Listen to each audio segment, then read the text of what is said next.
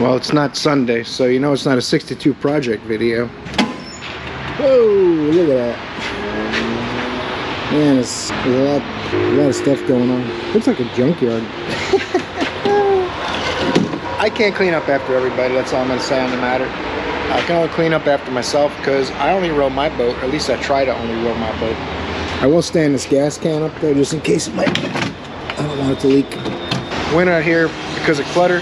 We are here to straighten up messes and to fix problems. That's what we do. As a mechanic, that's what you do all day. Sometimes you can get frustrating. I got a little frustrated yesterday because our job's to fix problems, but we don't like when there's 4 or 5 more problems than there needs to be per car. Some days are like that. Today's gonna be a better day. We're gonna get in there, we're gonna try to learn a thing or two. We're gonna get some people on the road and we're gonna have some fun. I'm Jimmy, we're making it work. Just in case you're new here, stay tuned. We're gonna spend a day in the shop. Make sure you subscribe if you haven't yet. You subscribe yet? This here Toyota Corolla. Highlander. They gave me the keys, it says Corolla. After a few minutes of looking around, I'm like, wait a second, let me push the remote. It's a Highlander. Anyway, starting off the day on fire. A well-oiled machine. Welcome back. Appreciate you tuning in. 166,156 miles on this cream puff. Love rating is going to be a 5. About average. Nothing too crazy in either direction. We're going to do rear brakes. I think it's drum brakes though.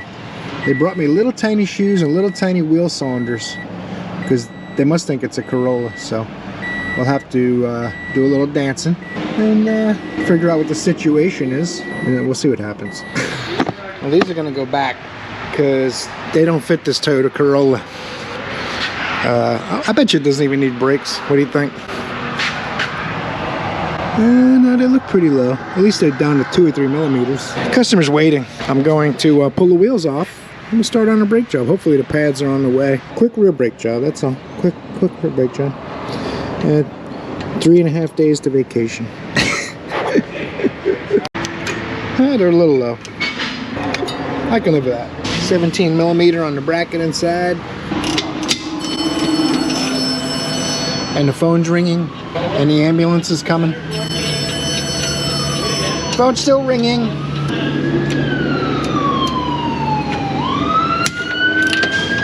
Trying to keep the efficiency up. Let's get this thing on the brake lathe.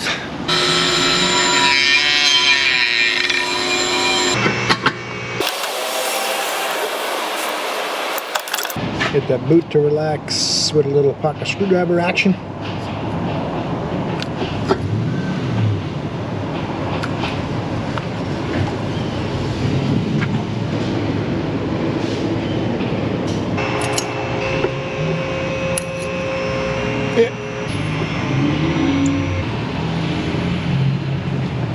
That's a little too much.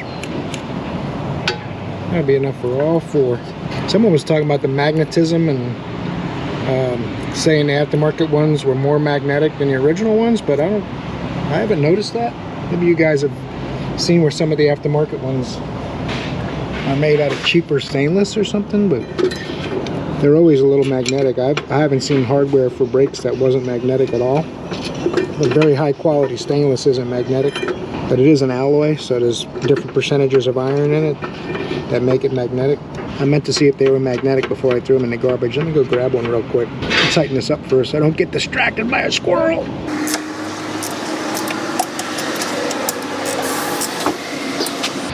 right, I got one out of the garbage.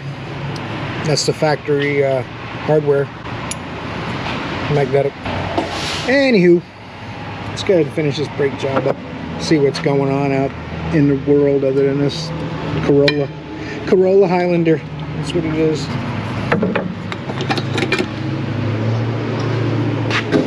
All right. That is good stuff.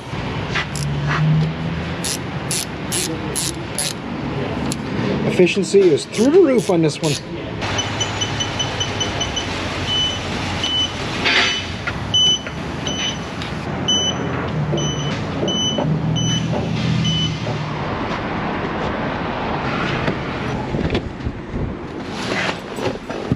Yep, it's got a Hemi. 2010 Dodge Challenger SRT Hemi. Wants the AC checked, wants the brakes checked, and he wants the transmission fluid checked. I think the customer's waiting. I don't know. They're running around like chickens without heads. I don't want to interrupt them. I don't want to drive over customers either and get this thing in the shop. I'm not sure if this has a dipstick. I think this has the faux dipstick. You got to use your own. It has a tube, but we'll see. Should be an AG1 transmission like a Mercedes. AC we'll look at real quick afterwards. Shouldn't be too big of a deal. 51,736 loving miles. Interior is super clean. He's got his radar detector on the seat so he doesn't get in trouble. This is going to be a 7. This thing's nice. It's almost brand new, 51,000 miles. It's just starting to have problems, so that's good. 13 years old, that's not bad at all. Low miles. All kidding aside, these are cool. I like these cars. If I had any complaint, I wish the quarter panel wasn't quite so flat and long in the back. Like I had a little more curve to it or something, but I'm not a body designer or an engineer. I'm barely a mechanic, you guys know. Let's take a look at this thing. Well, the brake fluid's full. So unless someone's adding brake fluid, the brakes will be okay, but we'll see. Oh, that's not good. Take note, I didn't do that to the rocker. Oh, it's got a ding in the quarter panel right behind the door handle. That makes me a little sad. Oh, and it's got wheel locks. Uh-oh. Let me dig that up. Gravity check the mirror. Not good for glass. That would have been 7 years of bad luck. I don't believe in that, but I found a wheel lock key. It was in the glove box, but these wheels are big. I can kind of see the brakes right here. You guys see them? About 8 millimeters.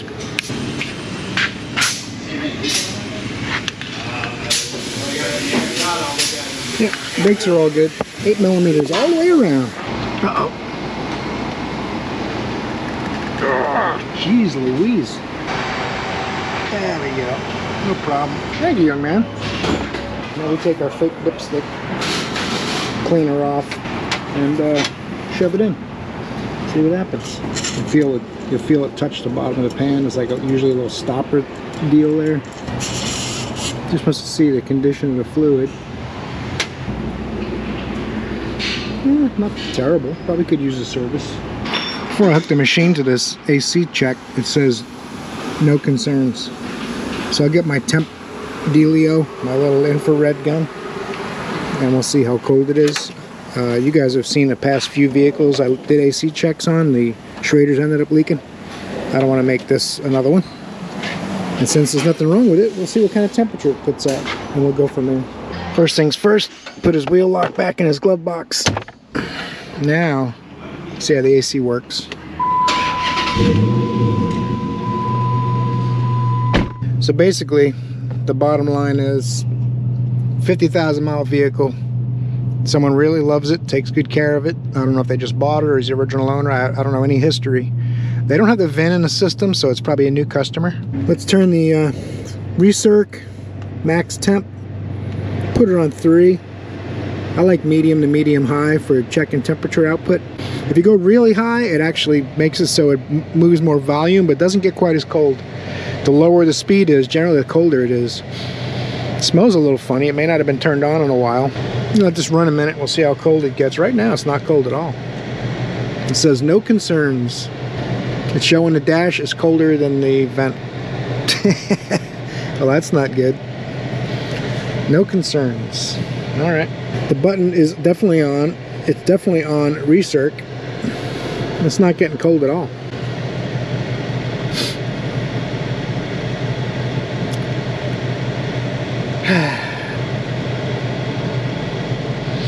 So I'm going to say they do have an AC concern. Still not getting cold. It's been a few minutes. So they do have an AC concern. Let's go out there and hook the machine up like I was going to originally do, but I don't want to cause a problem if there's no concerns. But I think I have bad intel, and Paul Harvey, he's been really busy today. We got on a hotline. We got him on a hotline basically for every car I look at. I don't know, guys. This is just like the week before vacation kind of deal, I suppose. But I don't know.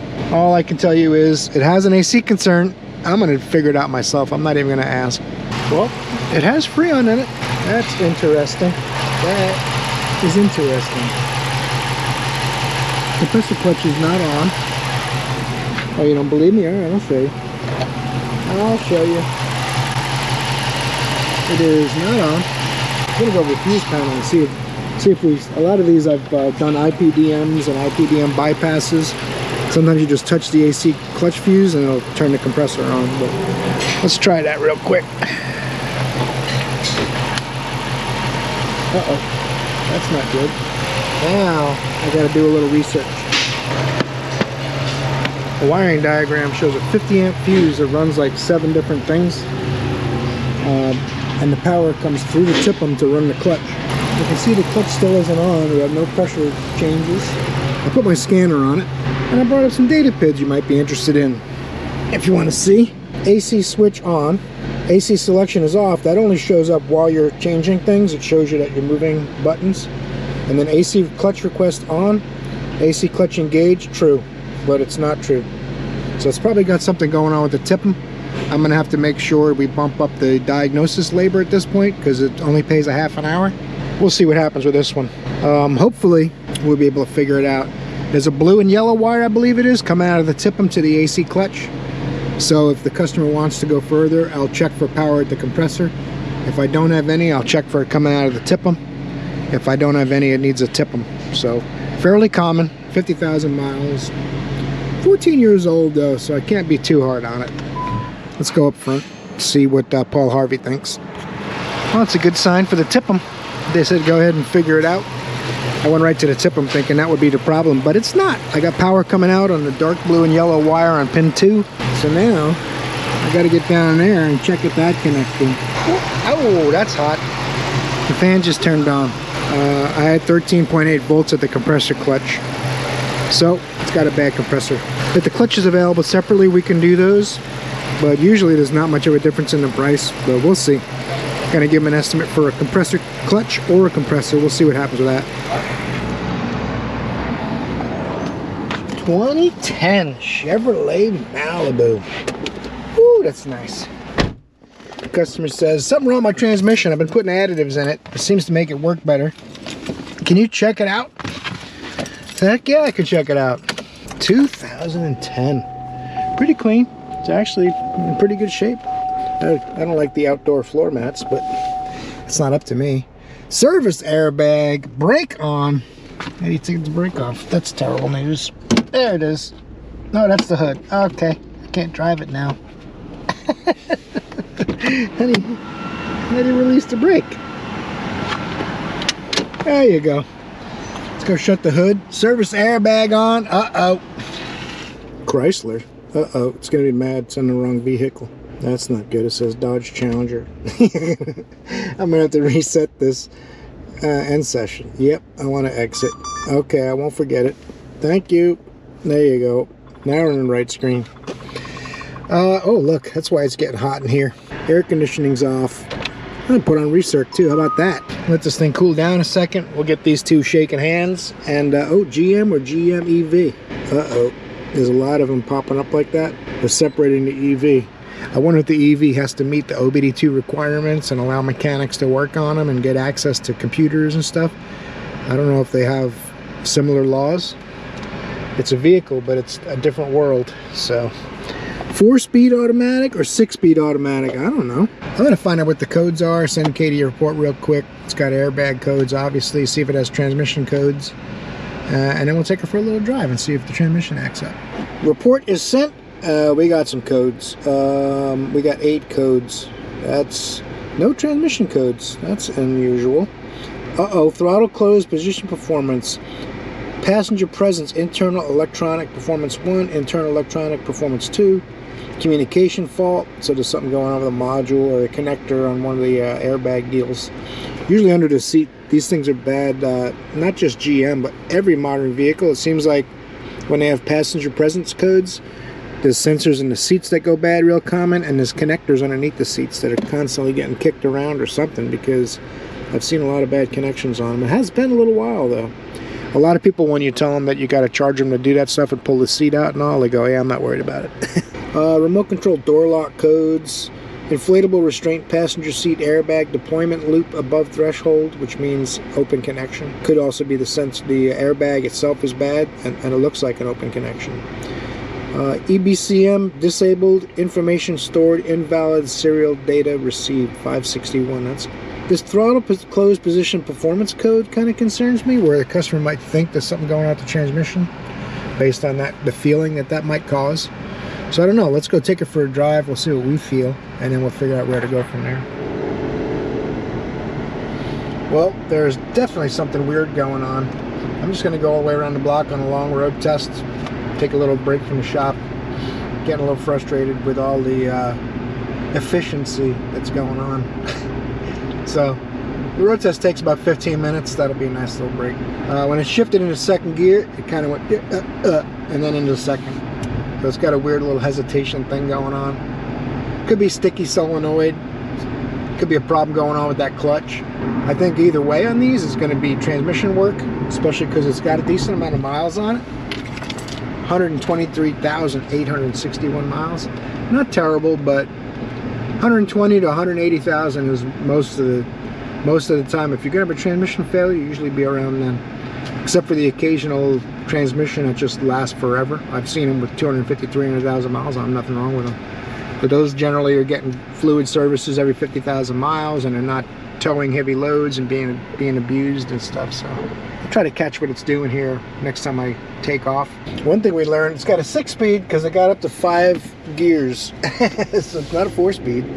That would be kind of weird if that little slip in the gear going there and it wasn't good. The shift time date is not showing up, and it just gave me a little hard shift in third. Oh, look at the old Volkswagen Bug. I wonder if that's for sale. I never owned one of those cars. I wouldn't mind having one to play with though. I wouldn't get all crazy on it. I'd try to do like all original. I think that's cool. Keep it all original, stock, 60 horsepower. Perfect. Let's see what this thing does.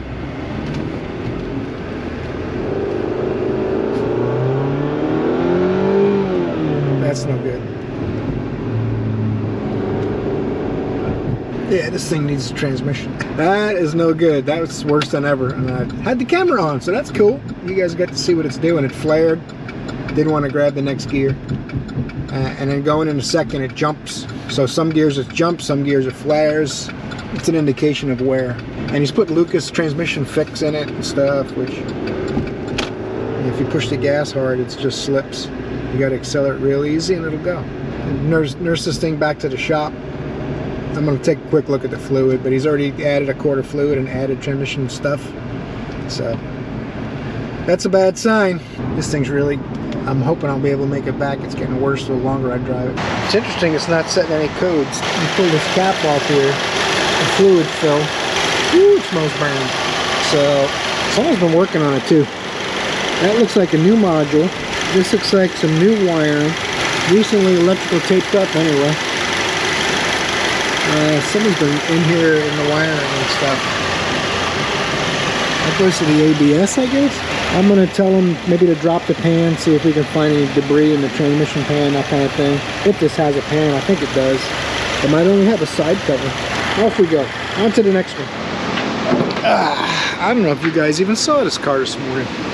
This was the first car they wanted me to pull in until they found out somebody was waiting for that brake job. So I pulled it back out. It's got a list of stuff. We're going to go in the vehicle and go over the list. We got a long list. I'll show you. 191,591 miles on this cream puff. This is a thing of beauty here. 2005 Dodge Caravan. It's actually not too bad as far as cleanliness goes. So I'm going to say 5. Not too terrible for a 2005, you know, almost 20 years old. We're going to get the scanner talking to it. We got a lot of stuff to go over here. You're going to do an oil change. You're going to do a transmission fluid check. You look for a noise in the front end. Look for an engine noise concern. Check the AC. And there's something else too. Oh, MIL on dash. That's why I'm hooking the scanner up, silly. He says the oil pressure light comes on when it's idling sometimes, which is a bad indication for an engine. It could also mean the oil pressure sender's going bad, but usually that'll drop off oil pressure when you're not idling too. It'll just go to 0. But when it only happens at idle, that's kind of a bad sign. It wants an oil change too, which is I'm not going to do until I've looked at it and seen what the oil pressure is. See what kind of codes we got here in the old Phoenix Light 2. I was talking to my buddy. He emailed Top Down about the topology stuff that I've shown on my videos on occasion. And they told him that 1,000 units were sent with the topology function. They weren't supposed to have it. So not all of them have it. So I'm not happy about that at all. So I'm going to stop showing the topology feature in my videos. If I can remember, every once in a while it might sneak its way in. So that's kind of disappointing if you guys were considering the scanner. It doesn't come with the topology function like I have on mine somehow. I got one of the first 1,000, I suppose. So now it's time to consider the Autel, because I think the Autel is about $75 or $100 less. And it also doesn't have the topology feature. So something to think about. I'm not really sure what I'm going to do about it yet. I might try a different scanner or something like that. But anyway, our focus right now is this vehicle. I'm trying to sort out what this thing needs for this customer. I definitely heard clunking and popping in the front end, so we're going to do an oil change anyway. We'll take a look around the front end and see what's going on with the noises and stuff. It's strange that I can't talk to the PCM, so I'm going to try to do it in OBD2. I got the scanners doing some updates and stuff, so I thought I'd take a look around. The engine oil is 2 quarts low. He's complaining about engine knocking and low oil pressure intermittently. The thing that's concerning me is I see coolant on the intake manifold here. I don't know if that shows up on camera. And it's got oil leaking out of the intake. So between engine noises, low oil pressure, and a decent amount of engine work, it's not looking too good. It's got a new axle I can see down there. Transmission fluid looks pretty good. Belt's been changed. The motor mounts feel real crappy, like the motor's sitting in your lap kind of thing. Pretty common when they get a little older. That one looks like it might have been changed years ago to socket marks, or at least that bracket was unbolted at some point. The mount doesn't look new for sure. I'm going to see if my scanner's done updating. We can talk to this on OBD2, and then I'm going to look at that front end. That's no good. There's no Freon in it. Now let's look around. And it's another thing I might have to look at while it's lifted up, see if there's damage to a hose. I think this has front and rear AC. The compressor's really wet, but it looks like oil. It doesn't look like anything to do with dye or any of that on it. Let's take a look from underneath once I get this machine back off.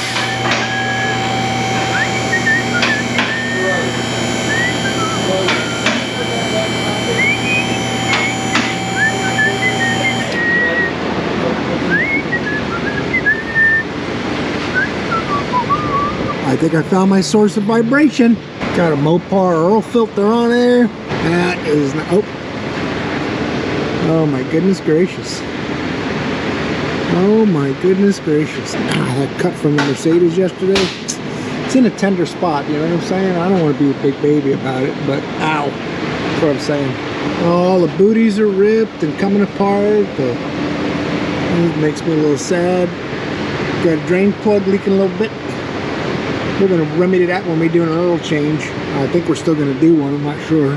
It's not supposed to be like that. I can't talk to the ECM no matter what I do. That's a separate problem. We're going to have to cross that bridge too.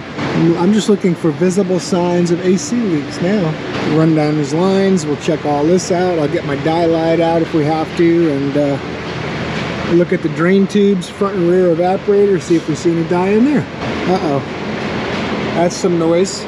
So it's you know, I don't want to sound harsh. Some people get upset, but there's a lot of stuff wrong with this vehicle. It's on its last legs, 200,000 miles, and it hasn't seen a ton of love. So, you know, engine, air conditioning repairs, suspension repairs, ECM doesn't communicate, axle's about ready to go. All I can do is write some notes, let them figure what they want to do from there. So let me get my pen out, start writing some stuff down, we'll come back in a minute. This here is a 2018 Kia Sorento. 59,520 barely broken in miles. It's in pretty good shape. It's about a 5. Not too bad. Oh, that's cool. Little baby Glock. Little tiny Glock 19. I bet you it has a gritty trigger with a lot of creep and a long pull. No worries. Put one of those ghost triggers in there, you're good. Anyway, back on topic. They said this thing makes a brake noise, and Katie went with the customer. If you press on the brake pedal really hard, you hear a noise. So we're gonna see what it is. Let me turn this AC lower. They had the AC set on the maximum temperature and turned off. I'm gonna try to get it to slow down a little bit, but you know what I can also do? I can go like this, and I can lower the fan down. There you go. Now we can hear if there's a noise, but not be hot. It doesn't sound like anything wrong. I don't know if someone's taking too much drugs. I mean, I don't want to stand up on the brake pedal with my butt off the seat kind of thing and cause a problem. I can hear a little noise when I let off.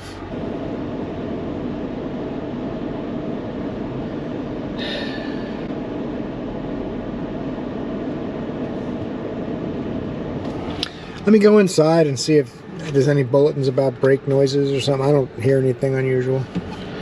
Take it for a short drive. How about that? I can grab my phone. That noise there you can do by just the right amount of brake pressure where to let it roll but not let off the brakes.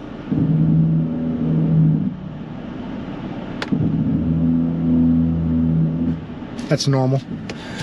Every car does that. Almost every car. I'm gonna grab my phone and we'll take it for a nice long drive and get another 15-minute break. What do you think? I'll grab my phone. We'll come back on a road test. Yeah, maybe a road test isn't a good idea right now, huh? Go in this parking lot. A little space over here. Drive around and make brake problems happen. Definitely doesn't do anything while you're driving. Let's see right here.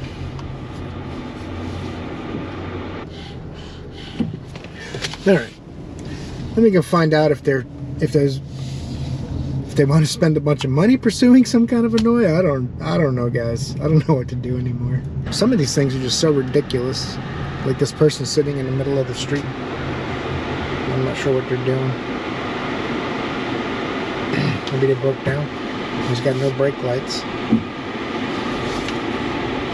Alright, let's go up front and see. I told that guy if you saw that car that was parked in front of me, I think it was an Acura or something, only his third brake light works, only all his other the tail lights are all out, blinkers and everything. So he was like, oh my goodness, thank you. So he didn't even know. Anyway, let's go inside to see what's going on with this or if there's something productive to do. Well, they had 520 on the ticket, and I said, well, you know, this has got a lot of miles. I look at the cap now, it says 530 anyway. It's 520 on the ticket. Hey, I don't make the rules. I'm just trying to keep us efficient. So we're gonna change the oil and filter. We've already checked everything else out. So we'll probably put a little washer fluid in there, change the oil and filter, maybe a little splash of coolant, and oh, everybody will be happy. I gotta get my grabber. You guys seen this yet? This thing's cool. Come on! Show them what we're working with over here. Look at that thing, huh? You gotta get you one if you don't have it. Super handy dandy. Alright, we're gonna let that little Mopar filter drain a little bit. You guys weren't on when I pushed the button. The camera went beep beep and it turned back off. I apologize. I use my my Knipex Dodge Caravan oil filter tool. For those of you who might not have seen it, that's it right there. It's a big pair of pliers. Works great for most oil filters. The screw-on filters, that's what I use this for. You guys know to always check for a gasket on there, right? So that way you don't double gasket them, because that equals a bad day. Especially if it manages to hold up until the customer drives away, and then it pops. But it will pop if it's double gasket. So what do you want to do, George? So we either look at the flange where it screws onto, or look in the filter to make sure the gasket's still in it. I know you guys want to be in the video, man. Look at them. All three of them are putting lug nuts on a car. That's what they're doing. See the nuts aren't on there? They were expanding. So they're changing the lug nuts out. It's a big commission. They're having a debate about which lug nuts are best. Chrome or stainless caps. You guys got them nuts sorted out yet? You need any more help? No, man. Found out why the drain plug's leaking. It's not tight. That's not good. You're supposed to normally tighten these, I guess, right? Depends on the vehicle. That's depends on the. Like, well, what make and model is it, sir? Whoa, whoa, whoa! Tighten the drain plug. What's the make and model? Let me get on all that real quick. Let me make sure about it. Yeah, the spec right here is 0. It's got a brand new gasket. Luckily, it hasn't even deformed the gasket because it was never tightened. It's got a Mopar filter on it too. That says a lot. It's fine. It's a big deal. It's like a second car.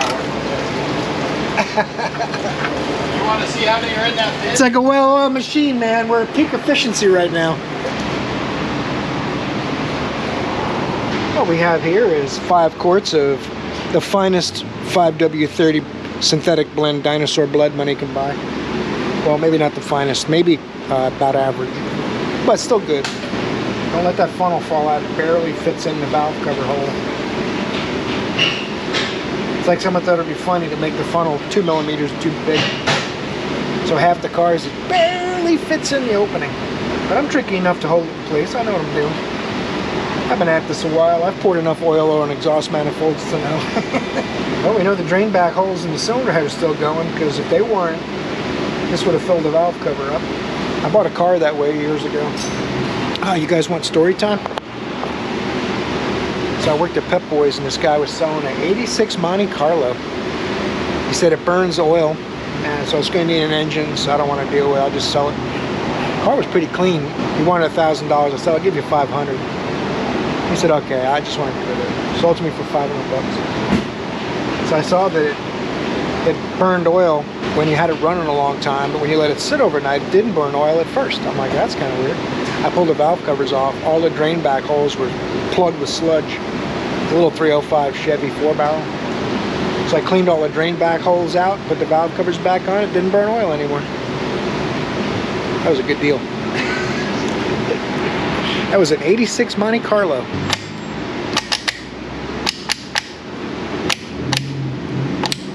Uh-oh. It's in between clicks. You can't get it dead straight. That's terrible. Make sure we got the right amount of oil in there. Hey Riley, did you guys already rotate them? So where they're at, they go in the car? Yeah. Alright. Let's get some washer fluid and a little bit of coolant.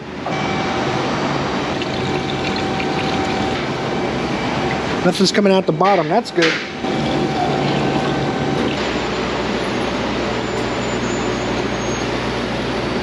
The full line way down the bottom of the tank. You have to look for it down by the frame rail.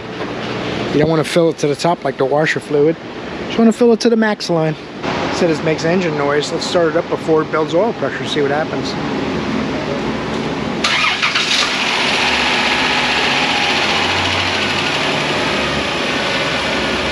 The other Caravan or Town and Country or whatever, we're going to do the radiator that I showed you guys was leaking earlier. And he says he doesn't have a problem with his transmission, it's the shifter.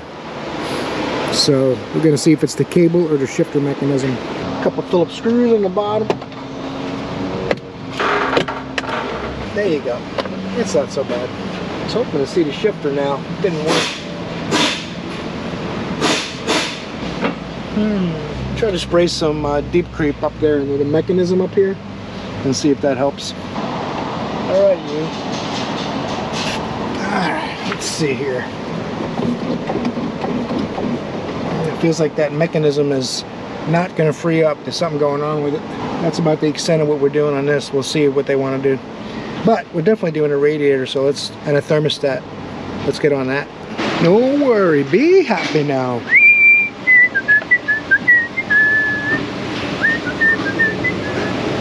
Got to take these Phillips and a couple 10s and take this cover off here and then see what else is going to happen after that. I want to say this brace comes up too, but it's been a little while since I did a Caravan. Roll these screws out of here. You can lift this out, except this handle's kind of in the way. So I'll take these two 10s out of the latch so I can get this arm out of my way.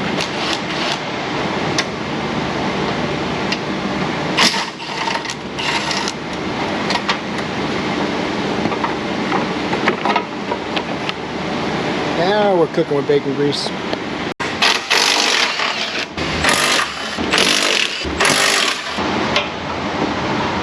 Just about ready to fall out now.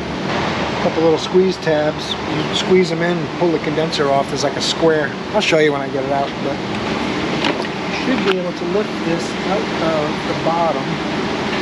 I'm gonna break it. That's the thing.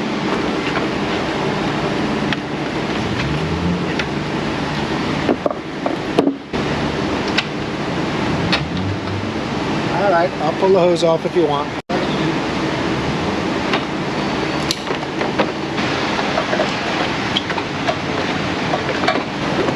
Wasn't sure I remember how to do radiators, but it's all coming back to me.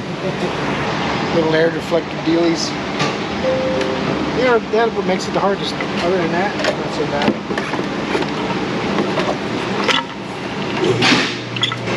Come on, you.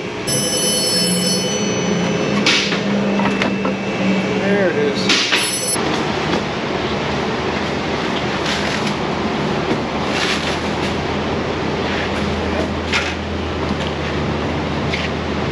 No brand. What could go wrong? Some of these use this, a metal brace, and some don't. We don't use it. We're taking it off for this application.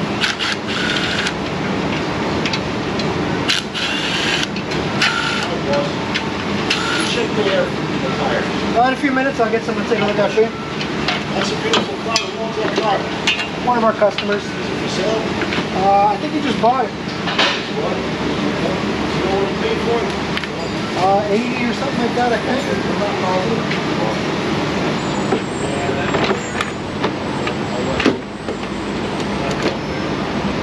It's a pretty tight squeeze. Like they want you to take the condenser out with it, but we're not doing that. I ain't got time to bleed. I ain't got time to duck either. You guys are funny in the comments.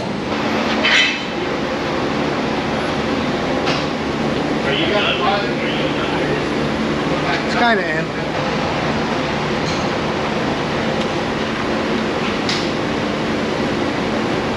I find the best way to get that little cradle in the bottom there is to actually slide the condenser sideways and in and out. So you slide it over, in and down. You can't get it up high enough to pull it out because of the lines and the way the lines hit the radiator. So just slide a little sideways. You gotta get those little tabs in over that metal bracket. Those plastic squeeze tabs are part of the radiator. It's kind of a hokey setup, but it works. So I haven't really had much of a problem with them. You got to slide the condenser left and right to get everything to line up nice, and then it kind of snaps on. I had to use a little bit of a pry bar persuader, but you don't want to be too hard on it, just a little bit. I get to do a thermostat too, but it's under all the stuff, so I'm going to put most of this back on before I pop that in. I think it's there. I got to double check and make sure. Could be in the lower hose. Now, watch your fingers. A little catch on the bottom of the radiator, a little metal clasp I had to put in it. And this is what actually holds it with these pins in the cross brace. Hold it all together. 2 10mm bolts.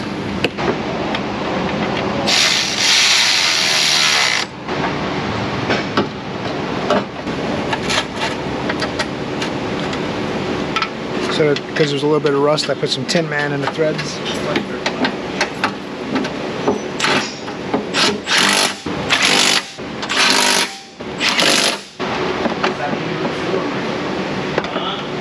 Put these 10s in first, the big ones.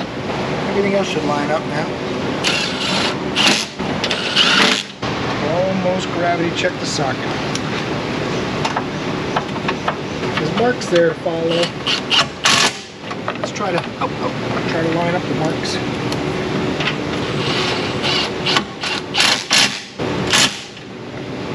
It's already starting to get that new van smell. That's not it. I thought I had it. Where'd it go? Oh, I picked it up and dropped it off. Even better. Let's do it then.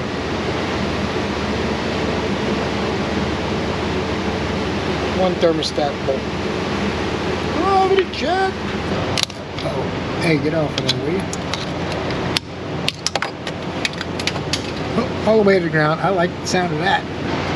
The way these thermostats work, I usually just pop them in as like a ridge in there. It will just barely hold it for you while you get your bolts back in. You definitely don't want to bang it around too much. It's easier than it looks. There that one is.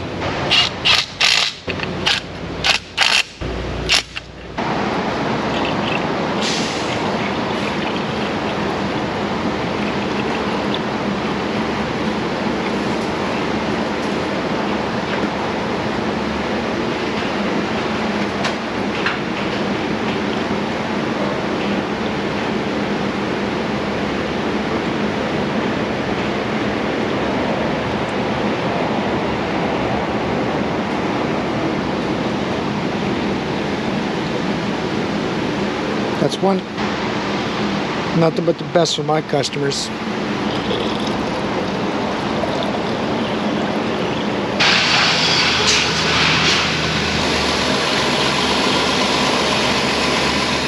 Alright guys, that's going to do it for today's video. We're going to finish up that Caravan tomorrow. So make sure you tune in to see that. Hope you enjoyed it. You did torque that like button, right? It was my pleasure having you here. Hope I see you in the next video. Because you're awesome.